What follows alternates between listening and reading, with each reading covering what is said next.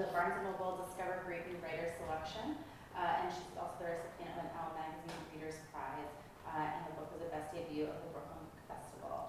Her work has appeared in the Wall Street Journal, the LA Review of Books, Self Magazine, Bustle, and elsewhere. And we are so proud to have her as an alum of the class of 2010, and so excited to hear what you have to say about the novel. Welcome. Thank you.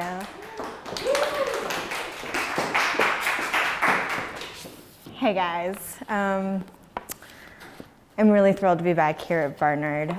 It's really nice to see familiar faces and some people who I don't know yet personally. I always think it's way easier to talk in front of people who I don't know, so special shout out to the strangers, but it's also a very intimate group, and that usually makes me more nervous, so we'll see what evens out. So I want to talk about Barnard. Barnard is like really where it all began for me, like especially as a writer. I wanted to just talk about, I kind of came here through like serendipitous forces to Barnard and then, to writing. And it really wasn't at all kind of what I planned for my life. And I've met a lot of writers who have kind of known forever that they were going to be writers and that they had, an affinity for storytelling since they were a child and whatnot. And for me, it was very different. And I came to writing in kind of a roundabout way. And I think about it a lot, like especially this year as I've been kind of touring and talking about this book, just all the different ways that I could have kind of missed my shot at this because there were a lot of different ways. And it also occurs to me that I think that I could have learned how to write in a lot of different places in a lot of different ways, and it didn't necessarily have to be at Barnard, but I also feel pretty confidently that even if I had learned elsewhere, I probably wouldn't have become a writer, and definitely not at this stage in my life. And what Barnard did for me is that it really shaped my mentality, like in a lot of ways, writing included. And so I'm going to talk about that for a little bit. And I guess the first thing that you should know is that I kind of came to Barnard by accident. I was born in Hawaii, but I grew up in Oregon. I moved with my family when I was 7, and we moved to this small college town called Eugene. And by the time I got to high school, I knew that I was going to get to New York kind of no matter what. I think it was an idea that I inherited from my mother because she and my father they grew up in Hawaii where most of my family still lives, and they had escaped to Oregon. And growing up, that's kind of like exactly what it felt like we were escaping to Oregon, or like to the mainland is what we Hawaiians call the upper 49 states. So I kind of grew up with this weird feeling about Hawaii, like certainly different than what the normal feeling about Hawaii is. Like my parents were always complaining that it was really small and that they were related to everyone and that there was no privacy and they couldn't, they weren't free to make their own decisions and their own mistakes. My family goes back 4 generations in Hawaii, and so it was very rare. We really are related to like half the island, so it was very rare for someone who was so deeply rooted in the island to take off to find a new place where they didn't know anyone and settle and start a family, and they'd been successful at that, and it was really like always a huge point of pride for them. So growing up in Oregon, I think that Eugene kind of became my island in that it became like associated in my mind as a place that I would eventually escape from. And so Eugene itself was just like, it was very small, and then it was incredibly white. I was one of a handful of Asian kids at my high school. It was a high school of 2,000 kids. I think we had like 3 African Americans total. So we all stood out like big time. And in hindsight, like Eugene was like a really great place to grow up, but because it was so culturally, ethnically homogenous, there were so many things that were, frustrating to me. Like I was constantly being called out just for simply like being Asian.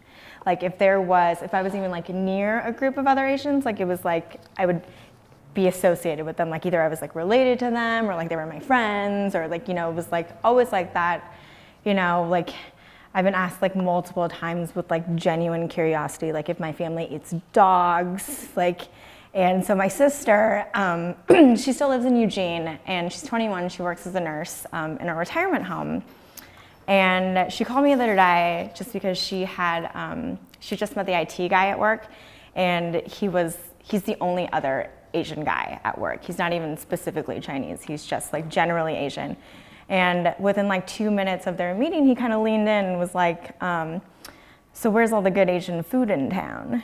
And I just like, I had to laugh because like there's nothing, there's like nothing wrong with that. And like, I totally understand the necessity of that question, like especially in a place like Eugene, but I was just thinking like, what if I did that in New York? And I just, like I met like an Asian American stranger for the first time, like of unknown origins, and was like, so like, tell me like, where are the good dumplings? Like it would not go over very well. And I think that was kind of like what I wanted all through high school, was just to like see what it's like to live in a place where everything, where people were so like culturally, and ethnically mixed up that, became kind of difficult to make these snap judgments about people, like just based on their appearance alone. And so I really became obsessed with the idea of getting to New York. And like, in fact, my senior year of high school, I was voted most likely to go to New York, which was definitely a category that they just made up for me. But I got it. And so the first time I visited Barnard was on move-in day, actually, and I was still pronouncing it Barnard. And the truth is that at the time I thought I wanted to go to NYU, but I chose Barnard because it was the only school I could afford. It was the only school that I applied to in New York that had offered me any financial aid, and so it became, quite literally like the only way that I could get to New York. And so, to be honest, like, the thought of attending an all-girls school was like extremely terrifying to me. But I kind of made a decision with myself that I was willing to give up boys to get to the city. I guess a little background on my family is that we are a restaurant family. Like my grandparents did not go to college, my mother did not go to college. I'm the only one of my siblings with a college degree. We're like a very pragmatic family. There's no artists, there's no academics. Like we are very much a family that works with their hands. And so in a lot of ways, I was kind of like a classic Barnard story, but I did not understand that when I arrived. Actually, one of the first things that I remember feeling when I arrived was that I was kind of thrown into this like bonkers alternate universe where like the weirdest subjects were being taken seriously. Before coming to Barnard, I'd spent a year in Italy. I was doing a gap year and I did a 5th year at an Italian high school, and I kind of thought that would be like my last frivolous experience before like getting to college and getting serious and getting a job. And for me, like college was for getting a job. And when I got to Barnard, that concept was very seriously challenged. Instead of like trying to, instill these practical skills in order to like gain employment, I really felt right away that like the Barnard model was about taking the time that we had here to kind of, exploit the things that we were excited about. And so I was 18, I'd just gotten back from Italy, and what I was excited about was Italian. And I think in my mind, I knew that this was not like the most, not a particularly like tenable career path, but like at Barnard, it didn't really seem to matter, and that was really important to me. There were all these girls who were, they were dance majors, and they were gender studies majors, and, philosophy majors. And if anything, it was my friend Emily, who's right there, who was studying math, who was the outlier. And she was like actually my only friend who was doing something like objectively useful, and you were the weirdo. And so that was like very empowering for me, just to see, all these women being like led in these subjects that did not, naturally lead to vocations. And so I jumped in on that, and I found my people, and I got into Italian, and I declared myself an Italian major. And I think what shocked me the most was that I wasn't the only one. And I mean, there were only like 3 of us, but like it was still, it was still helpful. And so back in Oregon, I kind of like sold it to my parents in like the most practical way that I could, and that I told them I'd transferred in, and so I told them that like majoring in Italian was the only way that I'd graduate on time, which was like very nearly true. And so, they sort of gave me their blessing, and that they didn't stop me. And so I pushed forward with that. But it wasn't until my junior year that I actually became aware of the creative writing program here. I was not a creative writer, but again, Barnard had kind of gotten in my head that didn't really matter and that I could still try. And so the first time that I applied to Mary Gordon's workshop, I actually submitted an old diary entry that I typed into a Word document, which is super embarrassing, and you should never do that. And it's decidedly not creative writing. And so I should not have been surprised when she totally rejected me.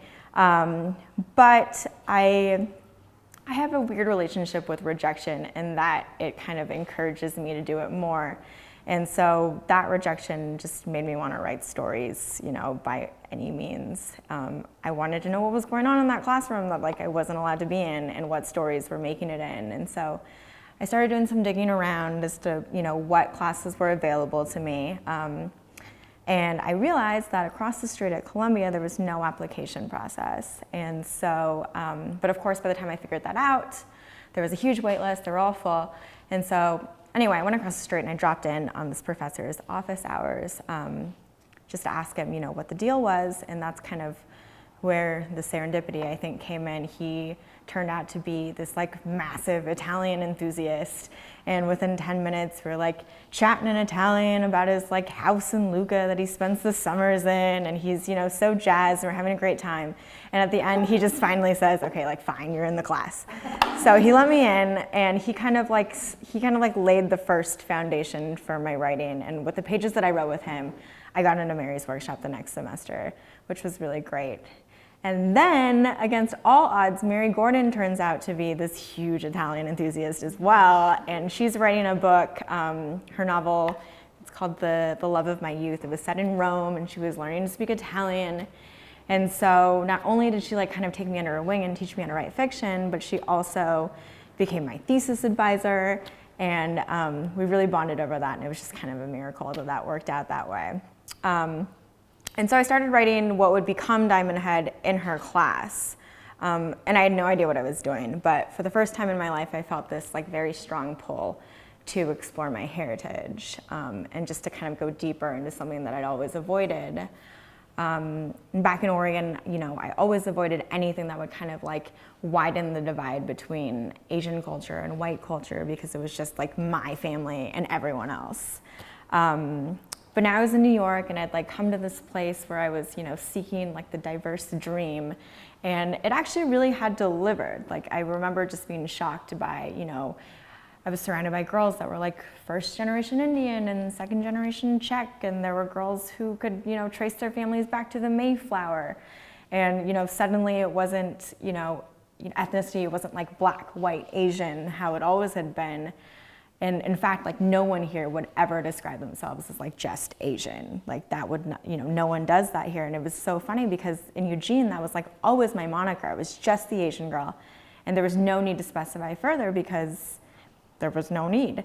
But here, I found that it was that specificity that was imperative. And that was really cool for me. And so what I discovered in Mary's workshop, I think, is just kind of what made me interesting and what gave me something to write about and kind of what gave me this inherent weight as a human were all the things that made me distinctly me, which is, a Chinese Hawaiian girl raised in Oregon, transplanted in New York, studying Italian, trying to write fiction.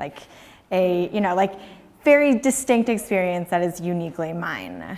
And, beyond that, I think I found a pretty serious feeling of safety here. And I think that extended to how I felt about New York in a more general sense. From here, from New York, from Barnard, I was kind of able to have enough distance to want to connect to the place that I was from. For most of my life, my Hawaiian origins and my Chinese ethnicity were these dormant parts of me that I really just kind of wanted to keep asleep. My parents had left Hawaii behind, and in Oregon, my primary objective was just to blend in. And I think that when I started writing, it was Hawaii that kept drawing me to the page. And I think that with this kind of more private act, that I was able to find, the protection that I needed in order to start exploring it. So this novel, it began as a 2-page exercise that I did in that first workshop at Columbia, which still blows my mind. I thought I was writing something completely different. I thought I was writing like a contemporary story about a Chinese family living in Hawaii. It was based loosely on, stories that my mother had told me about, growing up in Hawaii. And that was kind of my first point of entry into writing fiction, just kind of reciting things that she'd told me. And then what happened in Mary Gordon's workshop is that she really pushed me.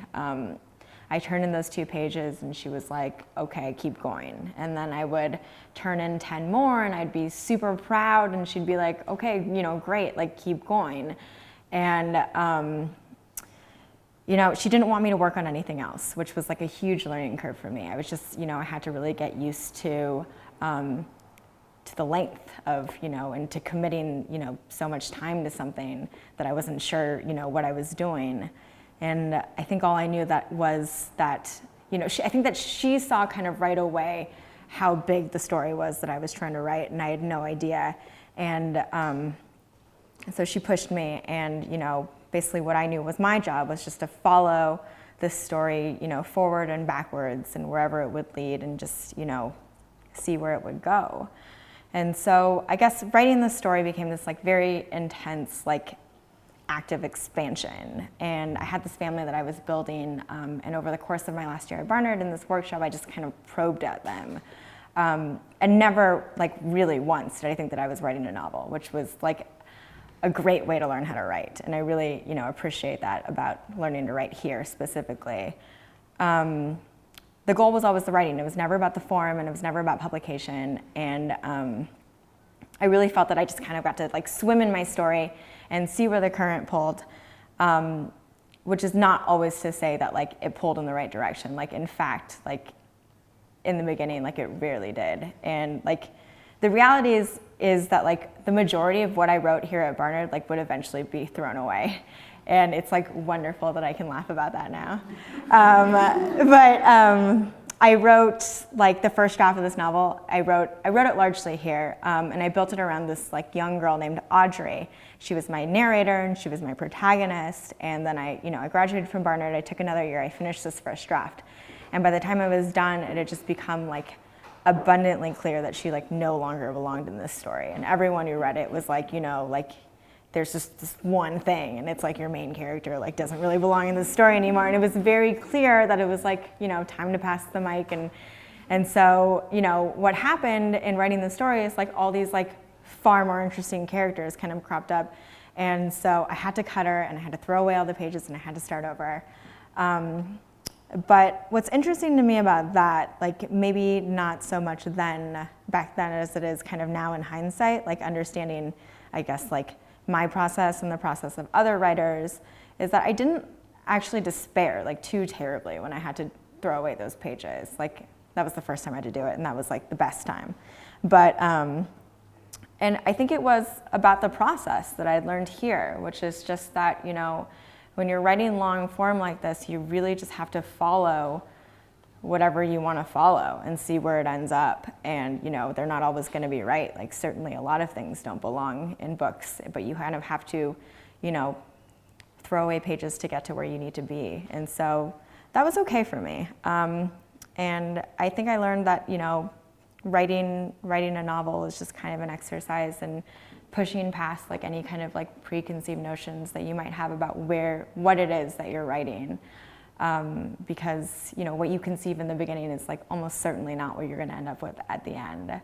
And while I was preparing for this yesterday, this like wonderful writer that I know, she's nearing the end of her manuscript, and she just posted on Facebook this thing that I wanted to share. But she wrote, "That bizarre moment when your novel is almost done and one of your peripheral characters rises up and declares himself the protagonist." And it was really funny to me because that's like exactly what writing a novel was for me. You never really know, it's full of surprises. But I found that that's one of the main things that I enjoy about the process is, just kind of building a world that works, and then within it you have these inhabitants that are able to just, if it works, they're able to just hang out in it, and you kind of watch them do what they do, and then, they'll often surprise you. And so that's, I guess, an abstract way of how this novel got written.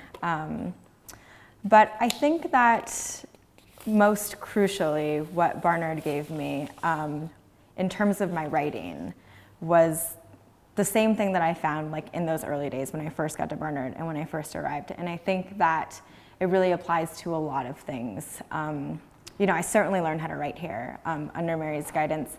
And she continues to be the best writing teacher I've ever had, but I think that probably more importantly than that was just gaining the belief that writing was like a real path and that it was something that, should be taken seriously. And to prove it, they had, all of these awesome working women writers to point at who they'd, helped on their way to being working women writers. And so I think that it really would have been, no matter how well I learned to write, elsewhere over time, whatever it is, it would have been nearly impossible to finish this novel had I not had the belief that, the writing itself was something worth doing. And so I worked on Diamond Head for like another 3 years after graduation. I rewrote it 3 times, cover to cover. I will say the third time trashing it and starting over was definitely more painful than the first time. I had like a huge issue with narrators. I started with 1, I went to 2, I went to 7, I went back to 5. Like in this, we got 4 now, so that took up a lot of time. And there was just like a million traps and like a lot of tears, and I wanted to give up like many, many times. But I think it was like that mindset that like I learned at Barnard, coupled with the education that kind of gave me what I needed in order to do the work to become a novelist. And so I'm still doing it, and I just feel super fortunate to have been, encouraged to do something that really, on most days gives me pretty serious joy, and to be here with you guys, and in a place that we all have in common, and I think probably gave us all something similar. So thanks for being here, guys. It means a lot to me. I appreciate it. And I'm going to read a very brief section from Diamond Head.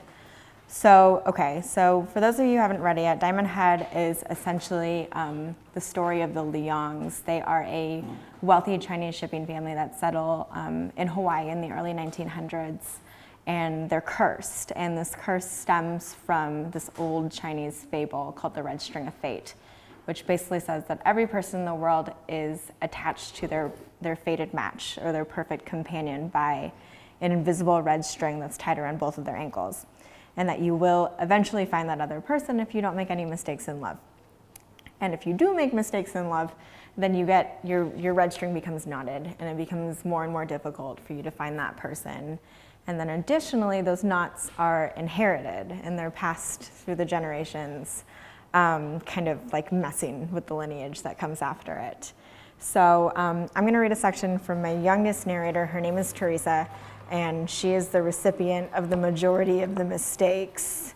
And she's 18 and she's pregnant out of wedlock, and she's recounting the events of the year before her accidental pregnancy. And this is not my book, so I'm just going to find the section. Should have brought my own book. I've actually done this many times. Okay, here we go. The summer before I started college, my parents sent me to Europe for a month with a girlfriend, paid for us both. We were supposed to see 3 countries, but I couldn't tear myself from Italy. The architecture took a hold of me as soon as I stepped off the plane in Rome.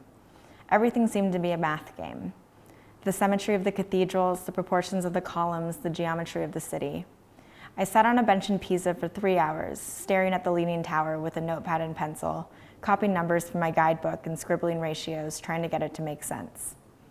Italy is still, the oldest place I've ever been, and its history made me stop and think about things that had never before crossed my mind. Like hundreds of years before I was born, when Hawaii was barely on a map, Italy was doing math. They were doing math and constructing perfect buildings that would teeter for 1,000 years but never fall. When Captain Cook stumbled upon the Big Island in 1778, the Romans had already built St. Peter's Basilica twice. And as I stopped to consider these foreign things, I was introduced to yet another unfamiliar sentiment: insignificance. No one in Italy gave a shit that my yee shipped things from China to Hawaii 3 decades ago. No one cared that my family's name appeared periodically in the Honolulu Star Bulletin. Looking back, I wish that I could live that moment over and over, adjusting my narrow perspective of the world until I got it right, until something really stuck. But the weeks flew by and the moment would only last for so long, giving me what I thought would be enough inspiration to be better, to remove myself from the axis of the universe and learn some basic humility. When my month was up, I found I was ready to go home, not because I wanted to leave Italy, but because I was ready to start my own career, to construct my own perfect buildings. And I was confident that I would return. I threw 1,000 lire into the Trevi fountain. I'd be lying if I said that college was easy for me. Math was easy, college was not. I wasn't popular in college. No one knew who I was. No one thought I was smart. I was good at math, but other than that, I was just like everyone else. It wasn't like Punahou. I was no longer a faculty daughter. No one took a special interest in me like before. I studied hard, I really did, but there's something about living on an island that shrinks your perspective. I still believe that, having only been abroad once. Everything you need is here, why leave? It's easy to imagine an island as the entire world, not able to get in your car and drive for miles in any direction just to see what's at the end. There's a certain doubt that begins to creep into your mind. Why leave? Why search for something else when paradise is home? You begin to associate the mainland with isolation and loneliness, and your island with comfort and stability, beauty and fortune. So the memories of Italy faded as I fell back into my old patterns. I wanted a boyfriend. I wanted to bitch about the workload at school, to call my teachers unfair and their grading practices biased. My perspective shrunk and shrunk until there was little left, until I was back to the old me, to the island girl who wanted nothing more in life than to be an object of petty jealousy. All right, thanks guys.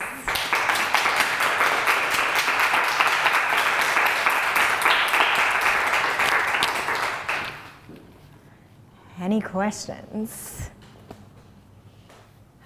Yes. When and how did the red string become formative in your process? So I was actually here at Barnard. It was my senior year, and I was already writing this book, but I started reading The Brief Wondrous Life of Oscar Wilde by Junot Diaz, and he has his family, he has a Dominican family that's cursed, and it's called the Fuku. And while I was reading that, I realized immediately that the family that I was writing was also cursed. And so I kind of stopped what I was doing and went looking for a curse. And so I knew that the family was Chinese Hawaiian, so I knew that I needed a Chinese or Hawaiian curse. And so, I was just kind of researching curses. And when I found this one, it just made such perfect sense for what I was doing. And so it stuck. And since then, I've found that it is like kind of a real thing. Like there are a couple novels that came before this one that I've used it, and there was like a canceled sitcom with like Kiefer Sullivan that used it, and so it's like kind of become my thing. And so when people see things that have the red string on it, they give them to me, and there's like actually a lot of things. But so that's how I found it. It was inspired by Junot Diaz and then found through the internet. G. Teresa's, the passage you read, and after your explanation of how you got to Barnard and your obsession with Italy, I see that the character is informed a lot by your notions, but the proclivity or the affinity for math, is it an homage to Emily or a joke at a stereotype? I don't know. Now that I think about it, I was actually, while I was reading it, I was thinking, maybe I did. Well, I always think of math as like, the most practical thing you could do. And no, and you are like, obviously you're a lot of fun, but you're also very practical when it comes to your thinking. And I think, it's a good skill set to have.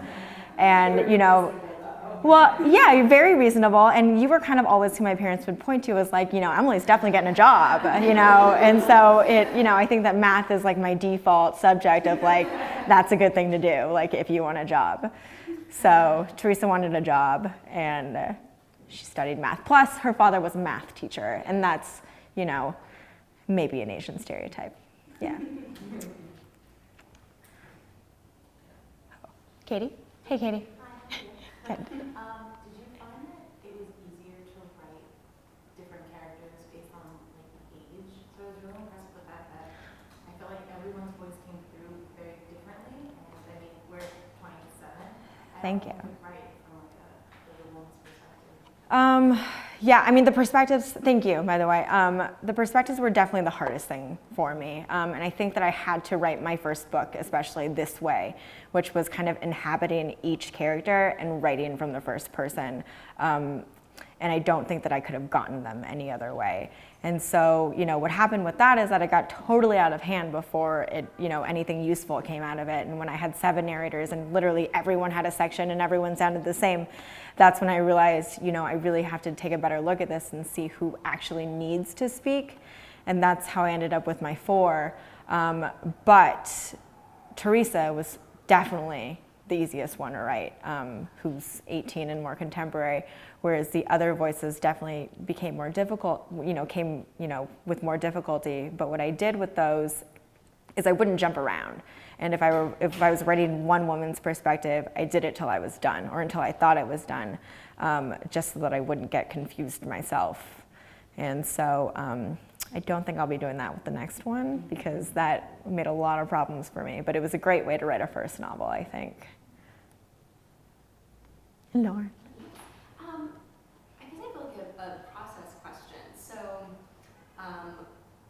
in that moment when you you were talking about Barnard, which I totally agree. There's this like aura here of Yeah. like explosion. Totally. Too, and anyway, it doesn't matter. What was your major? I was an English major. I was a writing fellow. Oh, okay. I was Right. that my senior year was Deborah Sparr's first year, and I interviewed her for the Blue and White, and I remember a thing, like I was like, what advice do you have for Barnard students? And she was like, take a belly dancing class. Yeah, exactly. Exactly. Yeah. And in that sort of, there's definitely a culture here of self-actualization.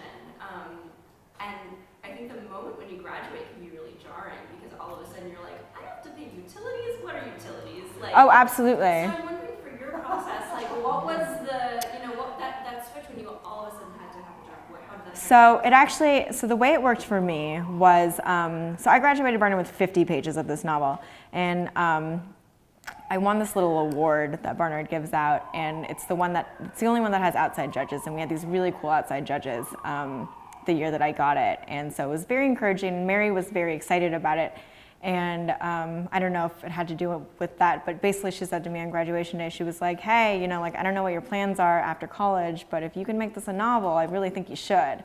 And that was kind of all it took. It was just like, oh my God, there's a woman here who she's gonna read it. She actually believes I could write a novel. And so I got it in my head that this is what I was gonna do. And I was gonna, give it a couple of years, see what I got. And so what I did for the first year is my fiance Reed back there, he had a tech startup. And so I worked part-time for him, not anything techie. I don't touch computers in any way, but I did his administrative work and that kind of stuff. And then I juggled a very strange amount of odd jobs. I was an Italian language babysitter, and I was, testing vacuums for Real Simple, and I was a elementary school bus chaperone for soccer practice, and I did a lot of stuff that I absolutely hated. I remember one day on the school bus, everyone's younger than the 5th grade, and this 8-year-old comes up to me and she says, what are you doing? Because I'm on my computer and I'm writing. And I said, I'm writing a book. And she said, oh yeah, I've published a book. And she really had. And it was so frustrating. And her aunt had a publishing house, and so they read a children's book together. And so, but then, a year and a half in, I needed some money. And I finally was like, okay, I gotta get a real job. And so I ended up getting a real job, and I was doing the marketing and communications for this very upscale Italian grocery store on the Upper West Side. And I did that for a year and a half while I finished this, and I tried to get it off the ground. And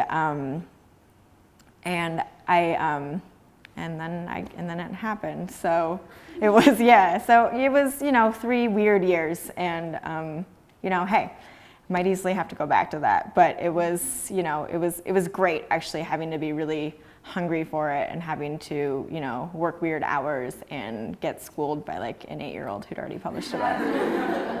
Yeah. Reed. He's never asked me a question before, so. This is a safe space. Yeah. Awesome. Was there anything that you learned from your first book that you're applying to your next project, or anything else? It's a tough one. Yeah, no, I think I learned a ton from this one. Mainly that so this time, counter to everything that I said tonight, I'm trying to write with a plan. I think that I'm learning as I meet more and more writers that every book is very different in how it comes to you, how hard it is to write. Even if, the first book is easy, the second book could be very, very hard, or vice versa. So with this book, that 2-page story that I started with was basically the whole story. I knew exactly where it was going. It was just about, filling it out and pushing it out and making it big. Whereas what I'm doing right now is I'm writing it chronologically, and I don't know where it's going to go. But I do know that when I don't write if I don't know where I'm going. I've just read this article that was really informative to me, and it was talking about writing and how writing, looks like a lot of things. And sometimes writing just looks like, sitting on the couch and staring at a wall. And, and I've learned to kind of do a little more of that before I actually, put pen to paper and try and do it, because that's how I ended up throwing out hundreds of pages, which was great for the first novel. I really had to learn how to write in writing this novel. But for the second novel, I'd like to not, take that trajectory this time. So, hey, fingers crossed. We'll see. I'll let you know. Yeah. Buckle up. Yeah. All right, thanks. I just have one last question about your revision process when you were saying you rewrote it a couple times. Obviously, you had a lot of help in terms of fresh eyes and reading drafts, but at what moment did you know that you were happy with the way the characters were hanging out? That's a good question. And there was, so let me just dive back into that great year of my life that I was, so the way that you get a novel off the ground is you have to find an agent first, and that's like a very harrowing experience. Basically, you write a 1-page letter and you send it, you send emails, just blind emails, being like, dear so-and-so. You get basically 3 paragraphs. The first paragraph, you pitch your book, and the second paragraph, you talk about, like how they can sell it, like what the comps are or whatever. And the third paragraph, you say who you are and why you're writing a book. And like 99% of the time, you just get silence back. Like these people get 500 queries a week. And so mostly it's just nothing. And so anyway, so they call that the slush pile, is like where all those things come. So I had by the time, it was my 3rd agent who sold this book. I went through 3. And so the first one I was with for the longest, she took me on with the first draft. She was actually the one who had me cut that main character. And so she brought me in, she said, let's do this on a handshake. Like, I'm gonna hire you this editor. Their agency had an in-house editor. She's like, you're gonna do some revisions. You're gonna bring it back, and we're gonna do this together. But like, we're not signing anything. This is kind of like an honor system thing. So I worked with this developmental editor for maybe 8 months. And in it, we redid it. We completely redid it, and we brought it back to this agent twice. And each time she said, I don't know if it's really there yet, keep working. I was very confused as to what she wanted. And that's never a good sign with an agent. But I wanted it so badly that I just kept revising to her specifications to the point where I didn't even recognize my book anymore. And that's when I came to her, and I knew it had gotten worse, and I knew that she wasn't going to take it. And I knew this was my final shot. And so, and that's what happened. Is she basically said, it's not ready yet, and I think we're going in the wrong direction. I didn't know how to fix it. So basically, at that point, I had to make the decision to step away from this agent and kind of do it on my own, clear my mind, figure out, because at that point I'd been so deeply in it that I think I understood what needed to be changed. So I stepped away and I took another 8 months and I did it again. But that time it was for me and there was no one there waiting for it, and I wasn't doing it specifically for anyone. I was just doing it, to my specifications. And it was when I had finished that I knew that I'd done it correctly. And so I put it back out there, and it doesn't really get any better until I get, but it basically, I had another agent write back right away, and she said, just for my query letter, she hadn't read the book yet, she just said, call me with a phone number. It's like very scary. And so I was at my grocery store job, and so I went outside and I called her, and it's like a busy signal, which like, when was the last time you heard a busy signal? And so like, that was like very jarring.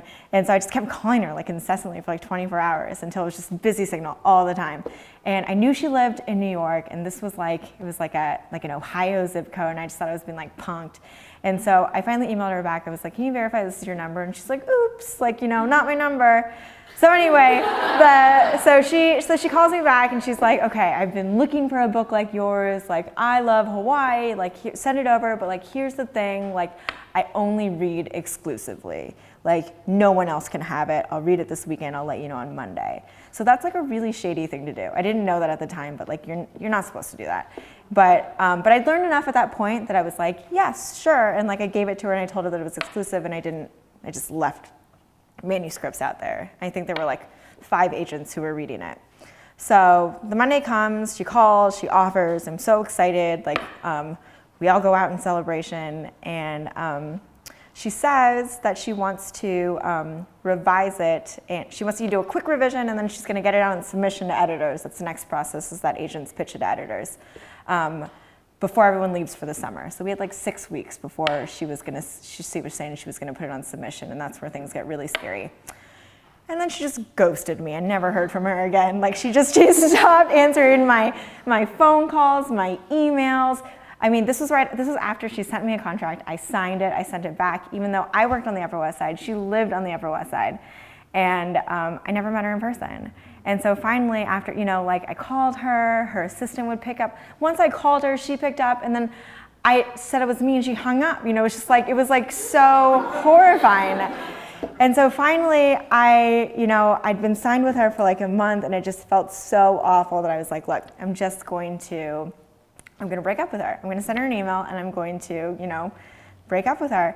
And so I sent her an email, and within 2 minutes, she writes back, oh, well, like, I'm sorry you feel that way, but like, I have great, like, relationships with my other authors. And she made me stick to the 60-day breakup clause, where I couldn't sign with anyone else for 2 months, even though I'd never met her. She'd never, like, so anyways, there was that. So then I had like the joy of getting in touch with everyone else who had the manuscript and being like, I know that I told you that I signed with an agent like 2 weeks ago, but like, that's over now. And so, like, I sound really crazy, but like, will you read it? But like, crazy things happen all the time, I think, in this journey. And so no one was really like miffed by it at all, and everyone took it back. And then I did it correctly that time, and it was really awesome because all of them ended up offering, and I sat down with all of them and I talked to them like an adult, and got to pick my right one, and it's been beautiful ever since. But that was I find that every author has like some horrible path, whether it's after the agent, before the agent, while the editing's happening, everyone has this like really horrible time at some point, and that was my really horrible time. So. And now next time you have a contract issue, you know where to get. Absolutely. I'm for that. I know. Seriously. Well, I got you on speed dial. Relationship. That's true. Yeah, you work for me. Default. Yeah. I got all the legal language here. Thank you. Thank you. I got you. You might want. If you ever need math, though. I probably will. All right. Thanks so much, guys. I appreciate being here.